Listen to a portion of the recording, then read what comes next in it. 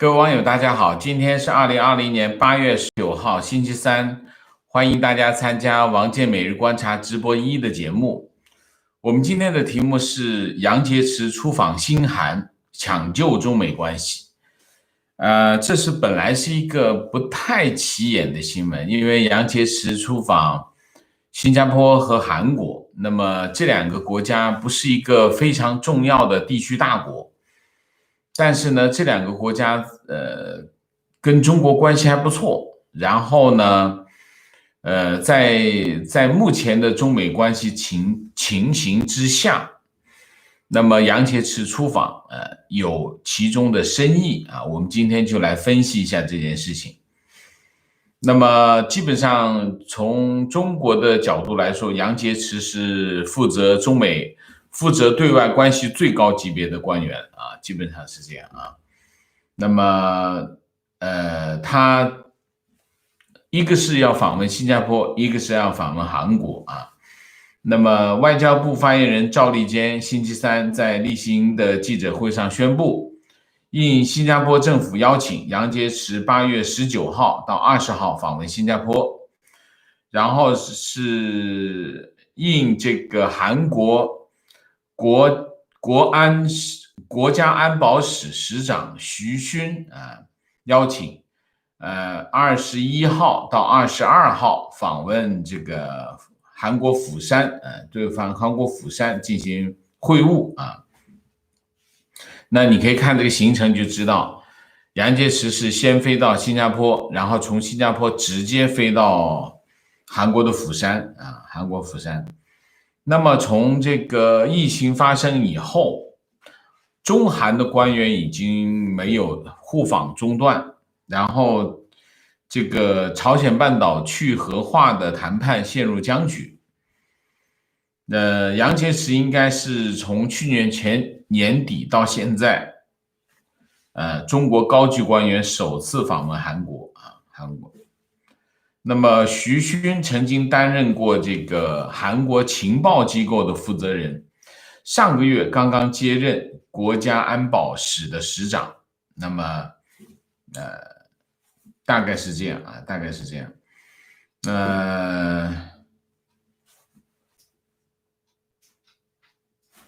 然后就是新加坡这边就没有什么特别的事态啊，就是说新加坡的总理李显龙曾经说过一句话就是曾经我印象中是在上个月底，他在形容中美关系的时候，他特别讲，他说中美关系已经下降到了非常危险的水平。那么新加坡和亚洲其他国家越来越担心，这会有非常危险的结果。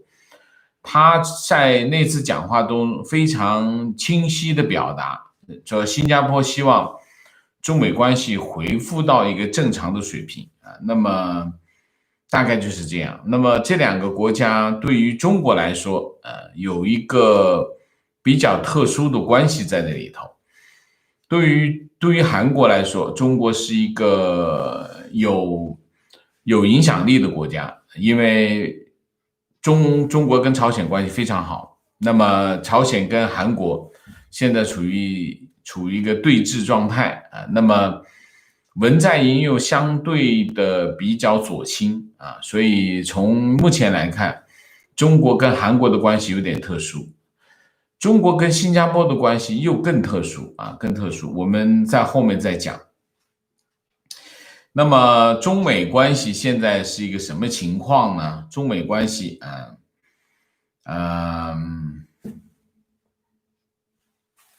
我们现在讲在目前的情况来讲中美关系我们讲中美关系的框架架构正在解体正在解体。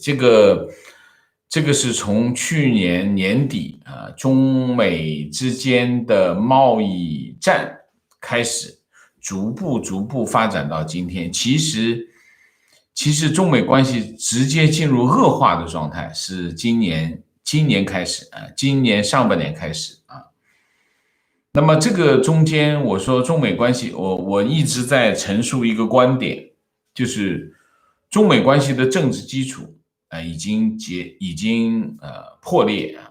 中美关系的政治基础破裂，导致了中美关系的架构开始解体。为什么？这里面有三个原因啊，就是当美国总统川普和他的白宫团队做出一个战略判断，这个战略判断是什么？有3点。第一，中国对美国的战略意图是敌意，这是第一个啊。第二个，中国采取了一系列的行动削弱美国，然后争取再从战略的角度来取代美国，这是第二个，就是中国已经采取了一系列的步骤削弱美国，然后取代美国啊，一系列的战略动作，这是第二个。第三个，川普和他的白宫团队做出一个最清晰的判断，这个判断是什么？就是中美之间最终会发生战略对抗。当美国做出一个这样的战略判断的时候啊，这个战略判断就我刚才讲的这3个战略判断的时候，那么美国就认为中美之间的政治基础就不存在了啊，这是美国对中美关系的一个政治基础。那么这件事情，这个判断是从哪里得出来的呢？就是从中美贸易战。中美贸易战其实美国方面对中国的战略判断已经成型啊，就是去年白宫的这个对美战略政策的那份报告，其实已经初步形成。然后随着中美关系中美贸易战的深入，然后中美关系在持续发展，真正让美国确认之前的3个判断是成立的，是从哪里开始？就是从香港开始啊。香港事变，我把去年开始到现在的这个北京对香港的一系列的安排，我把它归纳成为叫香港事变。香港事变确认了、证实了美国的战略判断，就是川普总统和他的白宫团队就通过香港事变确认，的确是中国有这样的战略意图和战略部署，和中美之间最终会出现战略对抗。那么当美国有一个这样的战略判断的时候，中美关系就开始解体啊。中美关系开始解体，那么其实美国核心的采取的是3个主要的战略动作啊。第一个，在香港采取反击啊，制裁反击。但是我这段时间我一直在思考这个问题，好像美国在香港的战略反击其实动作很慢很迟缓。后来我想了一下啊，我对这个问题认真的思考，我觉得美国的确是需要，如果美国在香港进行战略反击，它的动作的确是要慢一点。这里面有3个原因。第一个原因，香港是个金融中心，那是个非常容易破掉的瓶子，玻璃瓶啊，破掉了就是玻璃心，破掉了就回不去的了啊，所以这件事情是需要慎重，这是第一个，因为它是一个金融中心。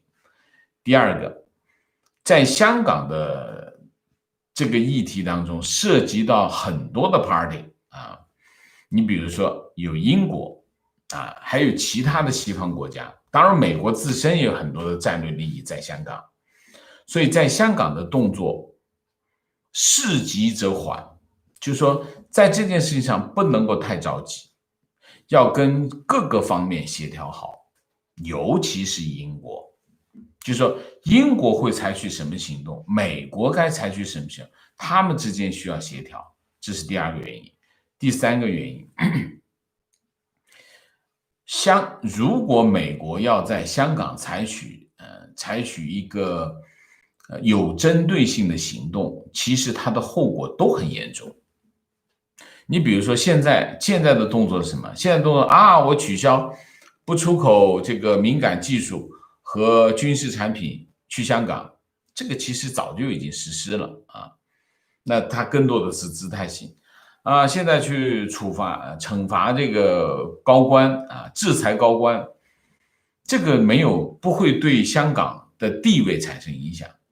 但是如果一旦美国采取措施，那都是核弹级别的措施，所以这个动作要慢一点。这个我后来想了一下，这件事情是可以理解的啊。这是第一个，就香港；第二个，台湾。以前说，中美之间美国打台湾牌，那么这次不是打台湾牌了，啊，这次绝对不是台湾牌，说用台湾的这个来做一些交换，不是的。啊，美台关系升温到了什么地步呢？美台关系发生了根本性的改变，这件事情才会真正的触动中国。这是第二个。第三个，美军在南海采取了前所未有的军事态势啊，那对中国形成巨大的军事压力，这是第三个。第四个，那后面这两个就是配套性的了。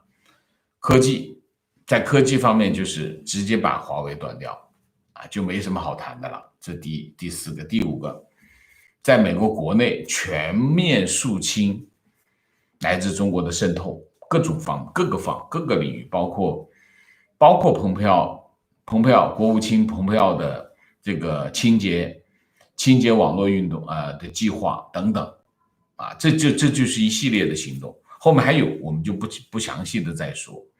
就是美国开始采取这一系列的行动，对中国最大的问题并不是香港，对中国最大的问题是台湾。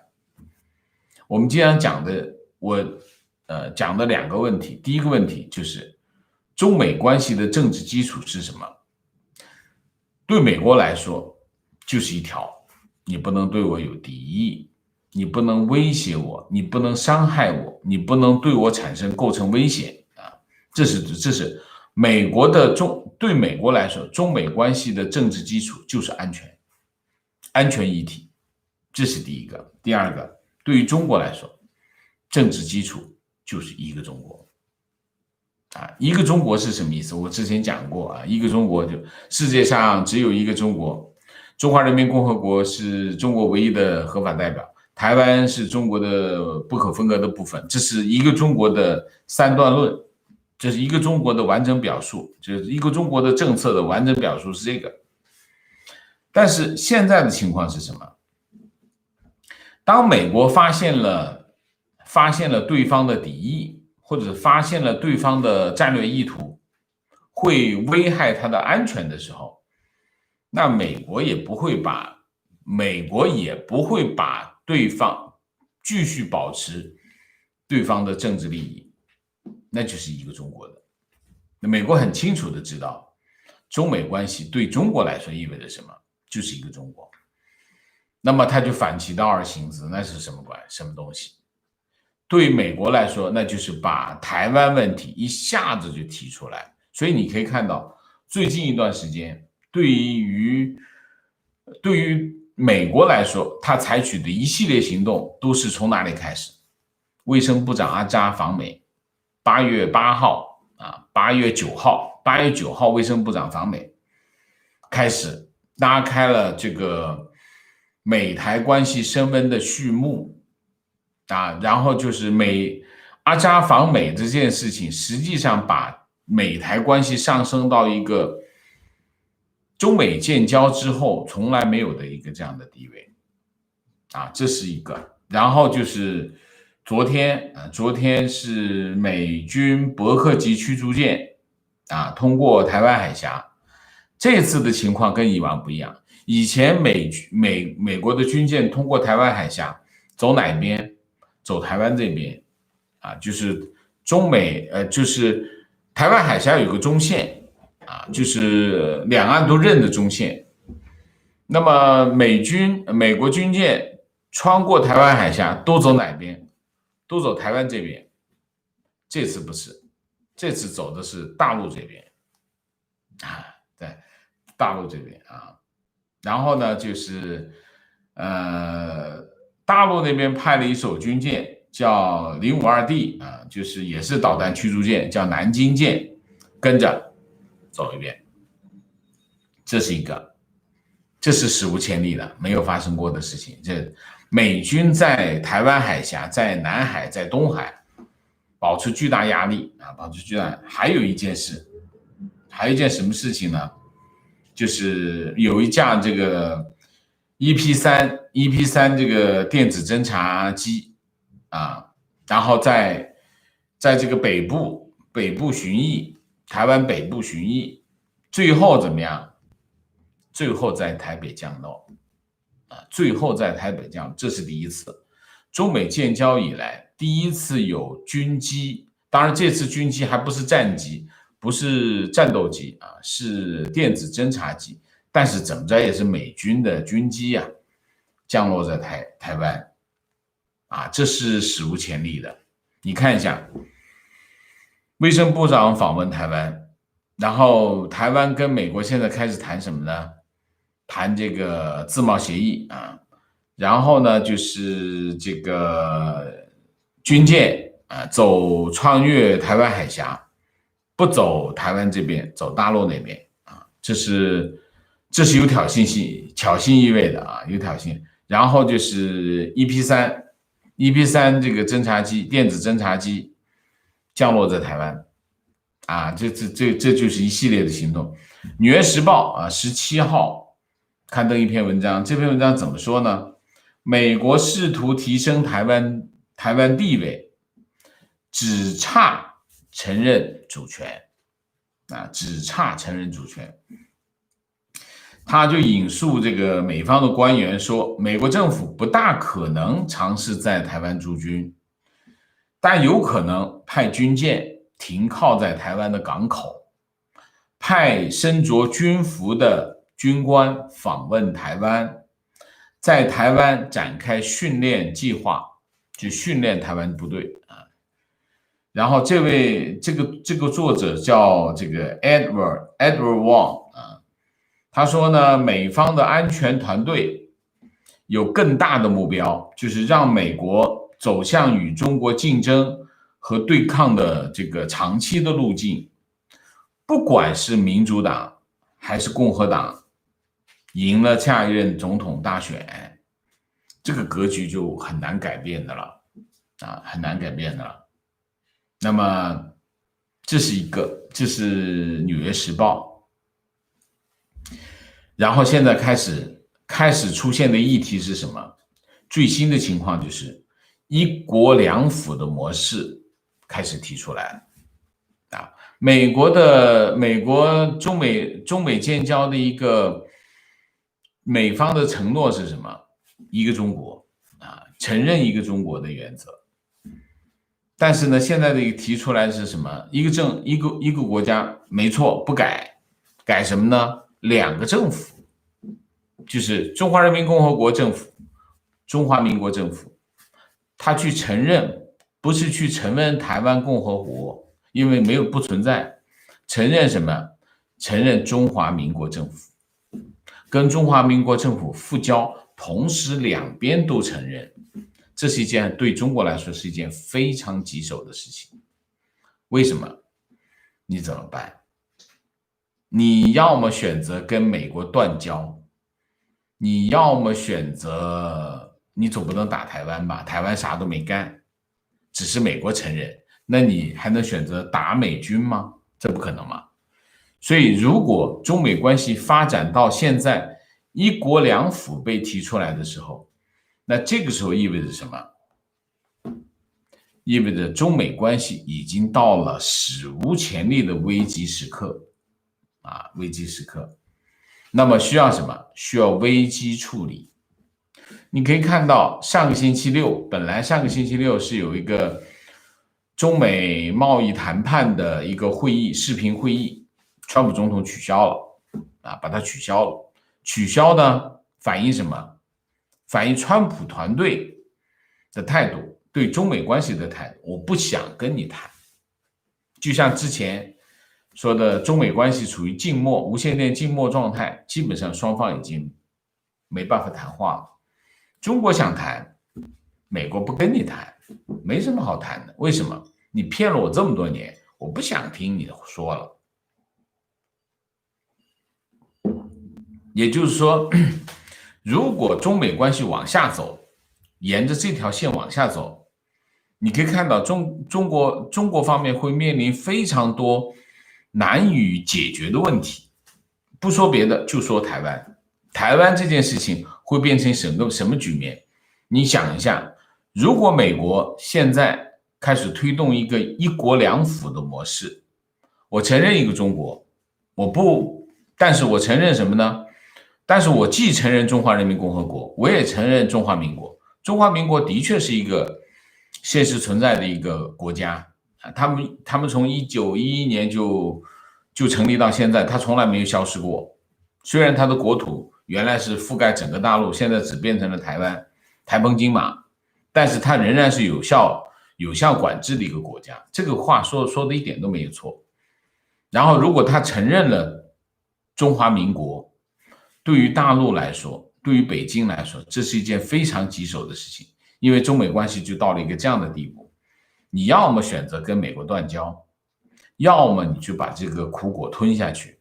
如果吞下去这个苦果，实际上最大的影响并不是中美关系的影响，最大的影响是中共在国内你怎么去解释，你怎么去说，这就实际上对中共来说最大的问题是什么？对中共来说最大的问题就是，这会对他的统治、对他的政权产生巨大的冲击，这是不可接受的。对中共来说，这是不可接受的。那么你要么断交，你断交这件事情，那不是后果更严重吗？你选择跟他断交，如果你不断交的话，你怎么办？你没有什么反制的牌。我还是那句话。中美之间实力悬殊，很多事情就是如果你把这事情掰开了一看，中国那边是真没牌，你怎么弄？没办法弄。所以这件事情，所以我们可以看到啊，中美关系现在对中国来说已经到了史无前例的危机状态。中国的所有的对外部门现在只有一个任务，什么任务？抢救中美关系。中美关系救不过来，如果现在不把中美关系救过来，未来20年中国活不好，真的是这样。中国的其实从邓小平时代开始啊，中国在这个世界上活得怎么样，取决于什么？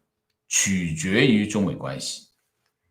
就是说整个的中国对外关系当中最核心，中国的对外关系最核心的议题就是中美关系。中美关系搞好了，其他关系都好办。中美关系没搞好，中国在这个世界上活不好，就是这么简单。因为什么？因为美国超强。那么现在的情况是什么？现在情况是中美之间说不上话。你可以看到这个之前说的这个中美电台无线电静默，说明两个国家外交部已经不往来了，就是没什么好说的了。然后好不容易有一个中美贸易会议高层会议又给取消了，根本不谈啊，这等于双方不往来。不往来怎么说不上话？用中国话叫说不上话。说不上话怎么办？那你不能够坐困愁城也不行啊，那怎么办？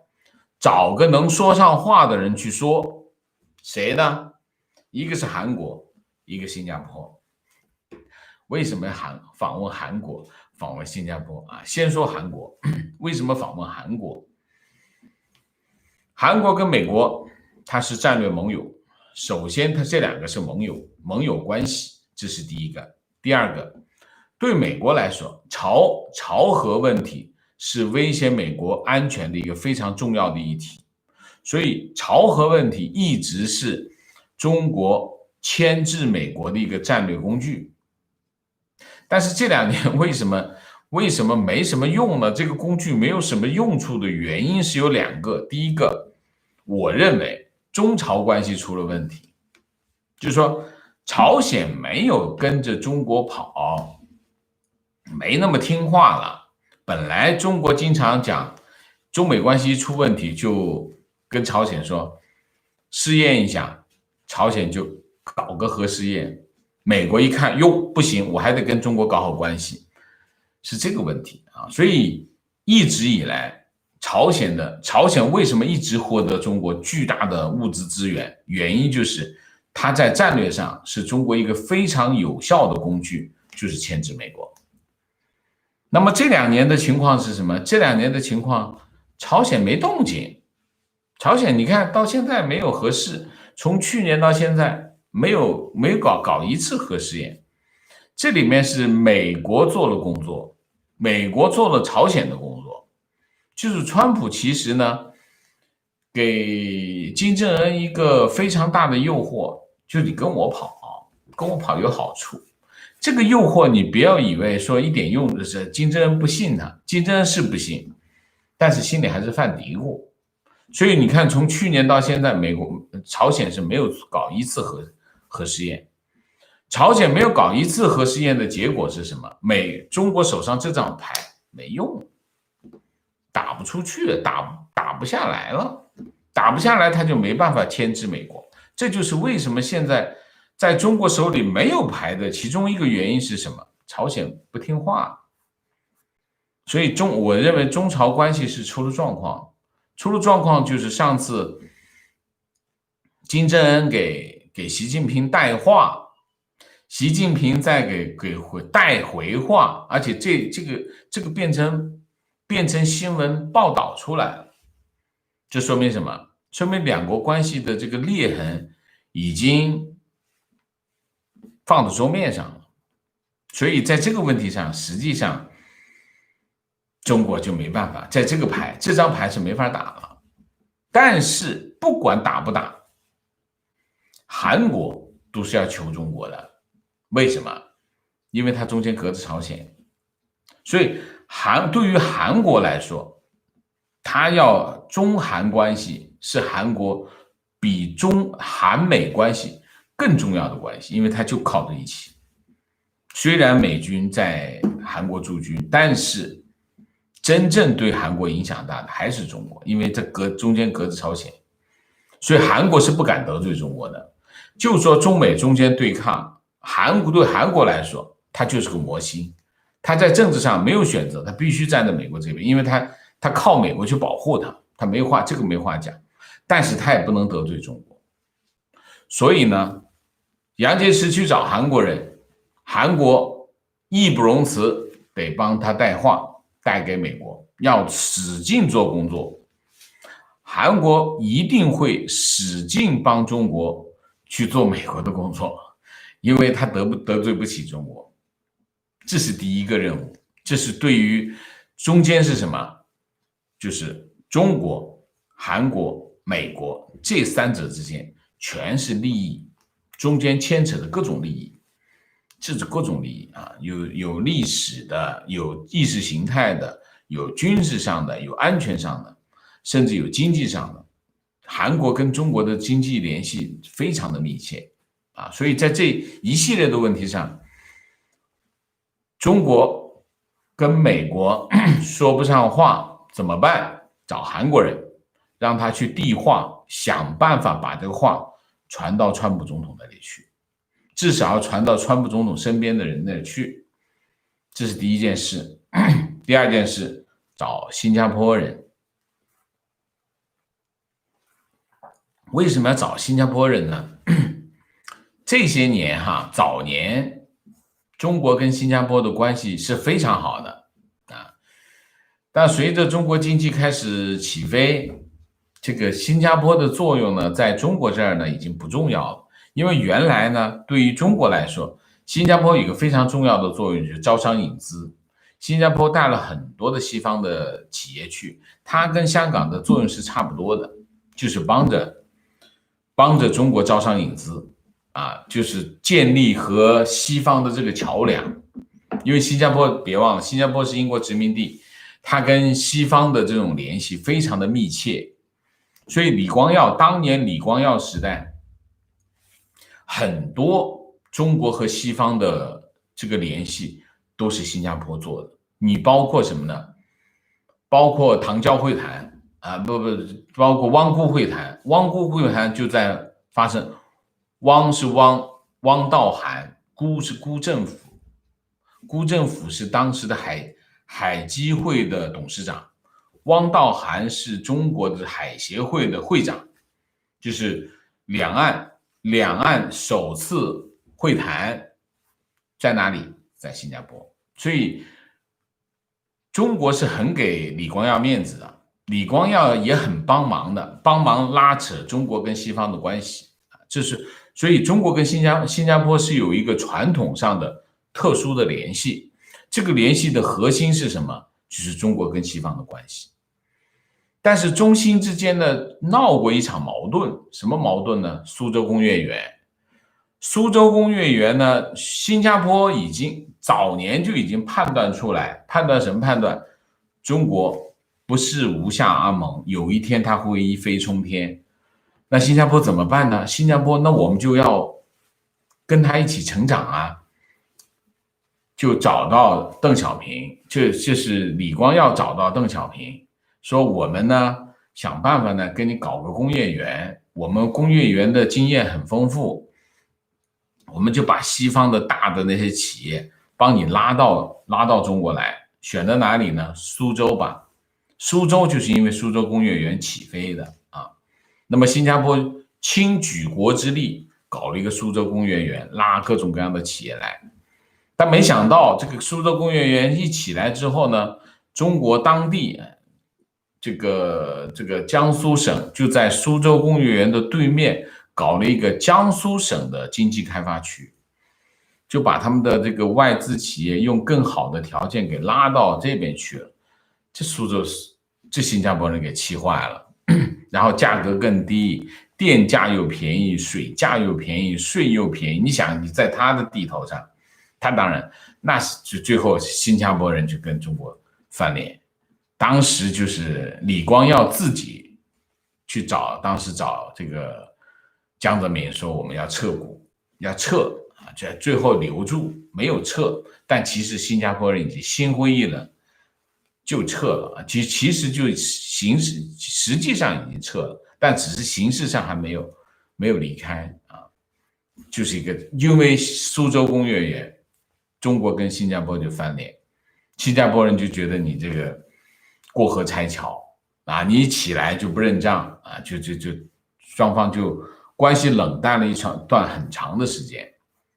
那这些年呢，新加坡呢发现呢还是不行，还是不能够离开中国，所以双方关系开始升温。但是新加坡也干了一件什么事情？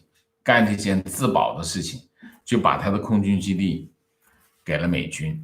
美军现在是在新加坡有个空军基地，就是一个这样的关系。新加坡就两头都不得罪啊，跟美国关系也挺好，我空军基地给你，跟中国关系也搞得挺好。你看这个李显龙的一系列的讲话，那李显龙在香港问题上坚定的站在中国一边，然后他很客气的讲，希望中国能够把香港问题搞好。我不希望从中得益啊！说其实香港出问题，最得益的是谁？就是新加坡，钱都往哪儿跑？都往新加坡跑。所以李显龙是一个这样的态度。所以呢，为什么访问新加坡，就是又要重启新加坡的这个角色？我现在跟美国谈搭不上话，那你帮忙拉扯。那新加坡要开始帮中国去找美国的关系，帮忙递话，这就是现在的局面。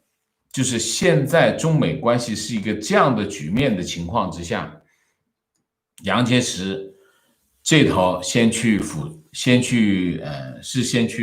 我应该说先去新加坡，再去釜山，应该是啊，对，先去新加坡，先飞新加坡啊，去2天，然后就再飞到釜山去跟韩国谈。其实2件事情就是一件事，访问这2个国家就是一件事情，帮忙去找美国人，我们要跟美国人谈。中美关系现在是救亡，如果未来一段时间中国不能够把美国拉回来，那他就很麻烦。为什么？因为开弓没有回头箭，就是你看台湾的这个势头啊，台湾就美台关系这个势头，那走起来是非常快的，非常快的。所以现在这个局面对中国来说非常紧张，就是说他已经到了一个，你可以看杨洁篪去访问这两个国家，其实有没有什么具体的事情？没有具体的事情。那如果你要加强他们关系，那肯定要有事啊。没有具体的事情意味着什么？意味着肯定有一个具体的事情我们不知道。那么这没有说的事情就是中美关系。好，我们今天大概就是把今天这个主题大概就讲到这里啊，讲到这里。那么我觉得概括一下啊，总结一下，中美关系现在进入了一个，对中国来说进入了一个最危险的时期啊。那么中国呢，开始进入这个危机处理状态，就是要去救中美关系啊，不能让中美关系破裂。这个也应该是这次北戴河会议的一个议题啊。那么，杨洁篪出访韩国、出访新加坡，其实他的真正的意图就是去救中美关系啊，这就是我们今天的主题。好，我们今天主题就到这里，我们下面就入互动啊。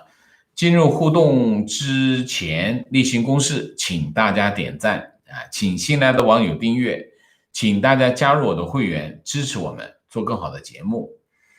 那么我在这里特别强调一点啊，就是我希望大家有机会的话，就关注我的这个推特号跟这个脸书号，因为我还是希望大家能够来参加我们的直播，因为直播一个没有广告啊，可以第二个大家可以交流沟通啊，因为我们的互动环节需要更多的网友参与，这个互动环节才能更凸显我们的特色和价值啊，所以我就希望大家关注我的推特号跟脸书号。那么如果你没有收到这个平台的通知，那么直接就在脸书跟推特上面就能够在直播前的10分钟左右，我都会把链接发上去，大家可以看到链接，直接点链接就能进来我们的直播，好吗？我就在这里特别讲一下。好，那我们现在进入互动鸣谢一下 Daniel 梁，谢谢张小鱼，谢谢 Sophie 萌，谢谢于滋滋滋，谢谢周卫兵，谢谢。好，我们进入互动观点。自从文在寅政府上台以来，韩国各界开始关注中国干涉韩国选举的问题，很多韩国人认为文在寅的上台与中共对韩国的选举干涉有关。大家相信吗？我相信。那怎么会不干涉？一定会干涉，不干涉才怪呢。情况当年中韩萨德事件天津走了好多韩国电子厂和韩国企业天津 GDP 我记得也掉了一大块。另外北方除了北京普遍外资不多，韩国企业是最重要的外资企业，但是中国人总是有一种天朝心理看韩国，而且自己也不是赵家人。另外辟谣为什么韩国抢中国遗产、端午节、孔子之类的新闻通通是造谣。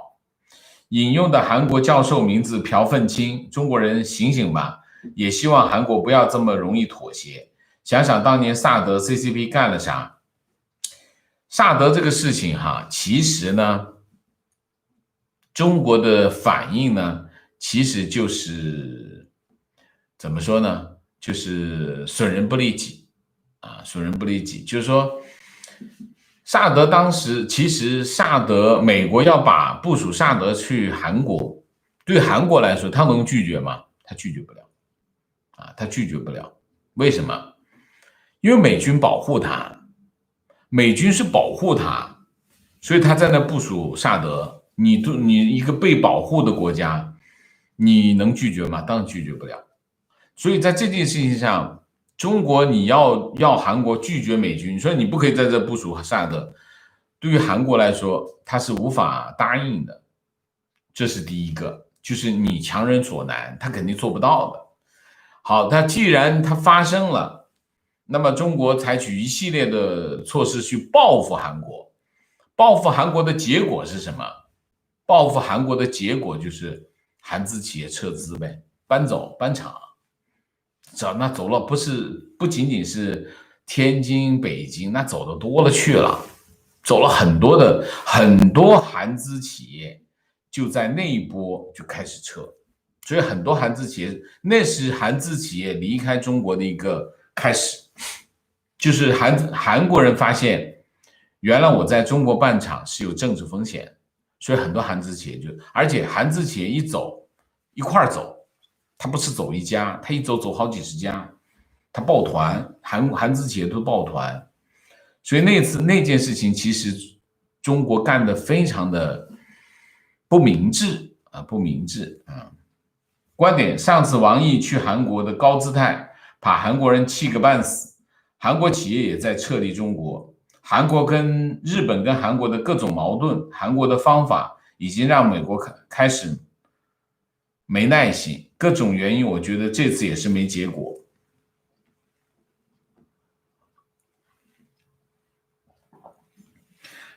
最终还是其实国与国之间最终还是要面对现实啊，面对现实，就是说，你会觉得你很大，力量很大，但是你怎么知道别人力量不大呢？他可能有些力量比你还大，你不知道而已。所以韩国千万不要小看韩国啊，韩国的实力是绝对不容小觑的啊。观点：美国援助是战后台湾经济的大来源。另外，这边就是要讲老共常讲的国民党带一大批黄金来台湾，实际上这一批黄金再来台湾的2年就用完了，因为通货膨胀。黄金都被拿来稳定金融，后来台湾经济稳定，跟成长其实是美国的援助。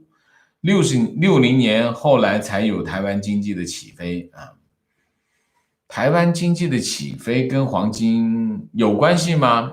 没关系，没关系，那是一系列的，这是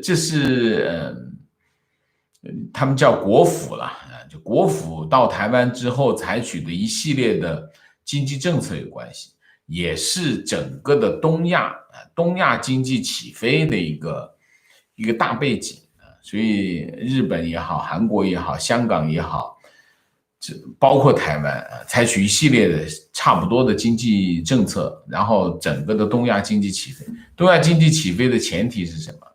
韩战的订单啊，帮助日本。先是帮助日本起来啊，韩战的订单先是支援了日本跟台湾啊，然后是其他的啊。韩战是一个很重要的一个时间节点啊，我们不展开了好吗？以后我们这叫经济史，我们可以找时间来讲啊。观点：新加坡虽然貌似经济发达国家，但仍然是一个独裁国家，具有一切独裁者所有的反动、黑暗、恶霸、流氓的性质。所以李显龙的话基本上是舔中共的。这么评价新加坡，我觉得不公平啊！为什么？新加坡人民行动党一直是新加坡的唯一的执政党，但它不是新加坡唯一的政党。我讲完了吗？新加坡唯一的执政党是新加坡人民行动党，但它不是新加坡唯一的政党，这第一个啊。第二个，新加坡是一个非常幸运的国家，我讲过很多次啊。新加坡有3个幸运之处，第一个，它有英国人留下来的非常完整的法律体系啊，就或者是法治精神，或者是法治基础，这是第一个啊，这很重要啊。英国人在新加坡留下了一个法律体系，包括管制系统，不仅仅是法律啊，它整个的管制系统。所以你看，新加坡的行政效率是非常高的，这跟当年英国人留下来的制度是有关系的。所以其实英国人留下来了法律啊、法治，还有留下了一个国家的管制的系统啊，这是第一个。这第一个幸运之处。第二个幸运之处是什么？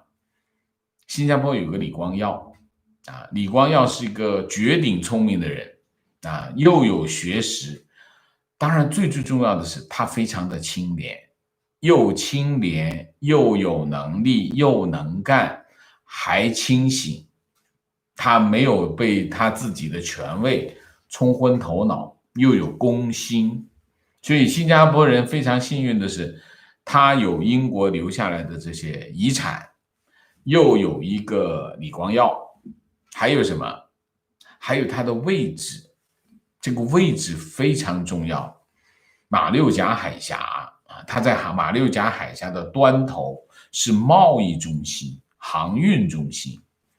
他有这3个，一个区位，一个人才，一个英国的留下来的东西，所以新加坡没有变成中国那样的独裁的国家，它是一个，我们可以讲它是一个威权的国家，就是新加坡国父李光耀啊，用他的威信，用他的廉洁，用他的智慧管理这个国家，所以人民行动党是他唯一的政党，唯一的执政党，但不是他唯一的政党，他还是一个有自由、有法治、民主制度是有的，但是人民行动党一党独大这个局面啊，所以说他黑暗恶霸流氓，我觉得不公平啊，所以他是一个，就是我们叫，就是他之所以能够成为中国和西方的一个纽带，其中有一个原因，就是因为他们和西方的联系。观点：亚洲最自律、自省、最有谦卑态度、懂得尊重神明的就是日本，其他国家和民族都或多或少有点夜郎自大，好吧？提问：如果台美复交，美国单方面提出复交，台湾不做回应，那么还有能完成复交吗？如果台湾有所回应，那样是不是成为大陆出兵的理由？第一个，如果美国要跟台湾建交如果你要复交，应该是中华民国啊，要跟中华民国恢复外交关系，那当然双方要沟通好嘛，不会我真的跑着去敲门，我们恢复交往，台湾说不行，那多没面子啊，是不是？肯定会先谈好嘛，这是第一。第二，美国真的要跟台湾、跟中华民国复交，中华民国笑都来不及，笑得晚上睡不着觉，好吗？虽然有国民党这样的混蛋在那里中间讲这个讲那个，但是你要知道，如果美国跟台湾建交，意味着什么？意味着台湾变成一个真正的国家。国家是别人认的，国家是不是别人国家不认你，别的人不认你是国家，你自己讲你是国家也没有用啊，是不是？所以如果美国说我承认你中华民国，中华民国高兴都来不及，是吗？所以会不会不成立？不会不成立吗？有这么笨的吗？不会的，这是第一。第二，大陆出兵有什么理由？他没有宣布他台独啊，他只是跟美国建交啊，美国承认他，你怎么出兵？出什么兵？师出无名，好吗？是不是？是不是这个道理啊？观点毫无疑问，中美关系是中国自己搞坏的，甩锅、战狼外交，国内媒体大骂蓬佩奥的时候，可以预料到更坏的后果。选一个西点第一名做敌人，很奇怪的思维。情况，台湾陆委会表示，为防大陆人士利用转换香港居民身份到台湾进行统战，现职或曾经任职大陆军政党政军的港澳居民申请到台湾居留定居时，需经过跨部会联审。情况，中国要对澳洲进口红酒进行反倾销调查，说澳洲进口红酒每升9.56美元，而中国出口澳洲的红酒每升20美元，差距1倍。看完之后笑掉大牙。然后华为新出了一个笔记本电脑，外观键盘抄 MacBook， 名字取了一个 MacBook Air， 居然起价7999，优势在哪里？优势在华为啊。提问：中美贸易后，特别是香港国安法后，国内对外贸易越来越难。我家是给外国服装做 OEM， 从2月份起，基本就没有什么开过工。麻烦老师预测一下，这种情况会有所好转吗？为什么？谢谢。现在还没有起来，就是西方欧洲已经差不多开始恢复了啊，这是一头啊。那么美国现在还没恢复，所以对外贸易我不知道你的货是走欧洲还是走日本还是走美国，基本上你就3个地方，日本、欧洲、美国。如果你是货是走美国的话，那现在肯定还是没有起来，因为美国还没有 reopen， 欧洲那边已经差不多了，欧洲应该恢复那个5-6成吧。所以如果你的货是走欧洲的话，现在还没有订单，那就麻烦了，那是不是订单已经跑掉了？这就不好说啊，我不知道，我没办法预测这个情况。现在其实要等什么呢？主要是要等美国什么时候 reopen 啊？美国起来，美国 open 之后，才能判断整体的形势是怎样啊。情况一直疑惑，中国天天当面骂美国，难道目的不是破坏关系？现在又要抢救中美关系，图什么？看新闻，胡锡进说中美关系恶化的这么快，他很吃惊，就像一个天天指着鼻子骂邻居，别人跟他断绝来往，他说他很吃惊，难道他以为邻居不跟他往来就活不下去吗？另外，我的大学同学很多都是中产，这几年一边炫耀有钱，看不起欧美，跟着中共骂欧美，一边拼命把孩子送去国际学校，送出国，完全不理解他们的逻辑。中国骂美国呢，当然是对着国内的老百姓骂给老百姓听的啊，那也就是显示厉害嘛，我们是很厉害的嘛啊。那么中美关系现在到这个地步，种瓜得瓜，种豆得豆吧，应该是这样嘛啊，所以中美关系到现在核心的问题是什么？核心的问题是美国现在发现了，一个崛起的中国，如果对他有敌意的话，他有威胁，他有安全威胁，所以美国开始改变政策。其实真正的改变不是中国没变，中国从中共建政到现在，中国的对美国的态度没有改变过一天，就是那是敌人，我们最终要把它扳倒。中共一直是这么没有变过，一天都没变过。变的是什么？变的是美国。美国终于发现，他原来把我当敌人，他终于发现了，但是美国就开始改变，所以中美关系就变差，原因是这个。至于说这个中产，炫富，中国人很喜欢炫富啊，这不是现在。中国有句话叫什么？锦衣夜行。什么叫锦衣夜行？我穿一件很漂亮的衣服，可是走的黑咕隆咚的，黑咕隆咚的夜晚走的马路上没人看见，我心里很不爽，就叫锦衣夜行。中国人就很不爽，就觉得这件事没意思。我挣这么多钱都没人知道我挣很多钱，那太没意思了，觉得一点都不爽。所以中国人是喜欢炫富的啊，中国人是有炫富的传统啊，所以这不能够怨你同学，中国人历来如此。至于说他们骂欧美，又把孩子送去国际学校，送出国，骂欧美，我不知道这是他是不是真心的，但是你看他的动作，用脚投票，就知道他最终的认可的是什么，对吧？观点，王老师提出一国两府，美国同时承认中华民国和中华人民共和国，但在台湾的民进党并不承认中华民国，因为蔡英文在很多的地方并不尊重国旗和国歌，民进党一心把台湾打造成台湾共和国，这样民进党可以进行所谓的台独。如果承认中华民国，民进党就会成为真正的太子党，因为民进党、国民党国父孙中山所建，所以蔡英文上台后清算国民党的党产等不道德事件，所以一国两府台湾行不通的。我只是本人意见，不代表台湾大众。民进党是要建立台湾共和国，这个没错啊，这个是路人皆知啊。但是蔡英文并不是台湾共和国总统，他是中华民国总统，所以你这个话呢，你这个逻辑呢也不通。不通在哪里呢？既然民进党是中华民国的执政党，他就要以支持中华民国的名义行事。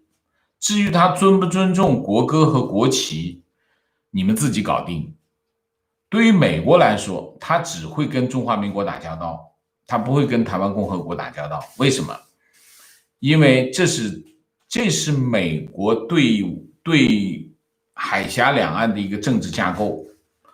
如果美国改变，说他要去支持台湾建国，民进党去建立台湾共和国，那就会给大陆一个攻击台湾、武统台湾的一个理由。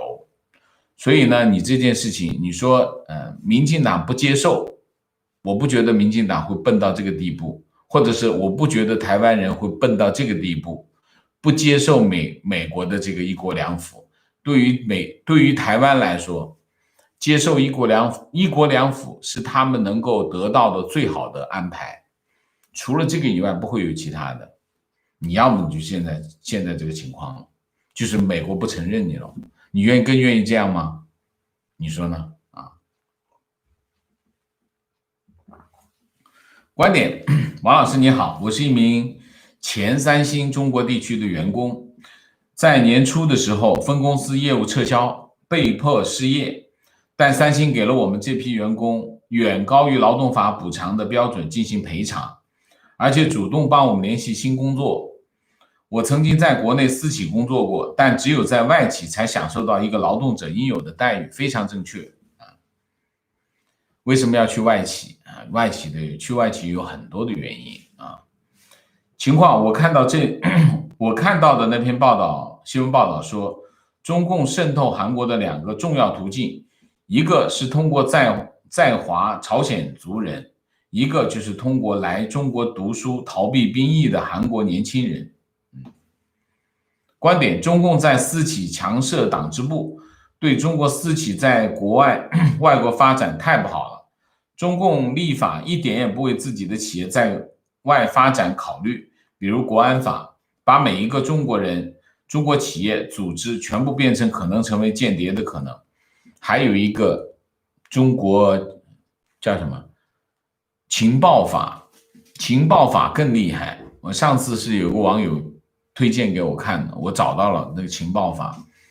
你不要想国安法，情报法更直接，就是所有的中国公民和中国的任何一个组织必须配合中国的情报部门，提供他们的配合和提供他们需要的资料。所以这个等于就直接把所有的中国人，不是中国的企业，把中国人和中国的所有的组织全部绑到这个间谍嫌疑上了就是一件这样的事情，这就是中共干的事情啊。提问，请王老师跟题目不相关的问题，希望王老师不要介意。平安是一家民企吗？我经常在想，倘若它是一个民企，它在国内怎么会发展的这么顺利？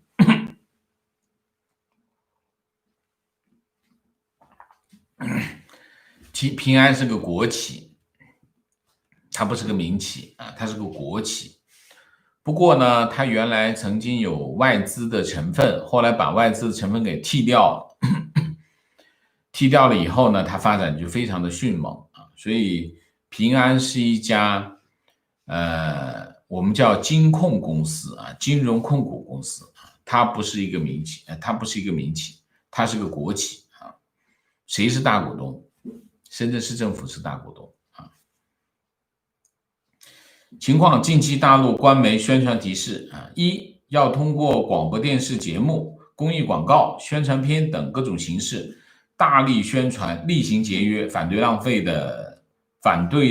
的思想观念，跟踪报道各地各部门采取有力措施，配合有关部门曝光一批典型案例，在全社会营造浪费可耻、节约光荣的良好氛围。外汇有问题了啊！外汇有问题了。二，目前中央军委后勤保障部等8部门联合开展打击非法制售军服专项行动，各级广播电视播出机构要配合有关部门开展涉及军服的法治常识宣传教育，报道相关打击行动，会同军队宣传主管部门审查电视剧和网络影视剧等影视作品，监看广播电视节目和网络视听内容，处理违规穿着使用军服的问题。这是要准备打仗，这是个备战的安排啊！就是当你准备打仗的时候，那就要把军服收回来，不能够社会上乱用军服啊！这是一个备战的情况啊！情况坚决支持王老师怼那些夸大其词、贩卖焦虑的自媒体，但不能让五毛大彻破粪这件事情是有点困难的啊！我在推特上面呢，也是怎么说呢？我可能没有太多的时间在推特上面啊。这2天最近一段时间我在推特的上面的时间有点多啊。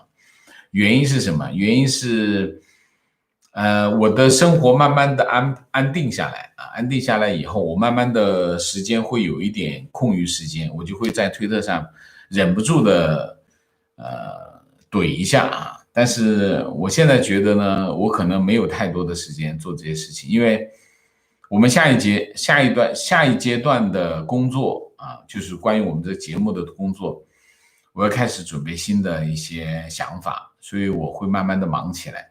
所以在推特上面的时间会少一点，但是我会继续在推特关注推特啊，我还会给大家一些议题给大家看，所以大家还可以去推特上看我的推特，但是我可能就没有时间在推特上发表什么东西，可能看到什么有趣的可以转给大家看啊，可能这个方面就会比较多一点，但是要我在推特上再去怼呢，可能就没有太多时间了啊。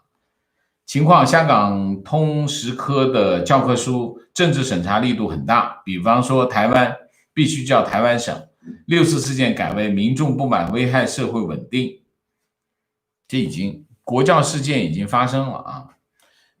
香港已经叫什么洗脑这件事情已经开始在香港推行了啊。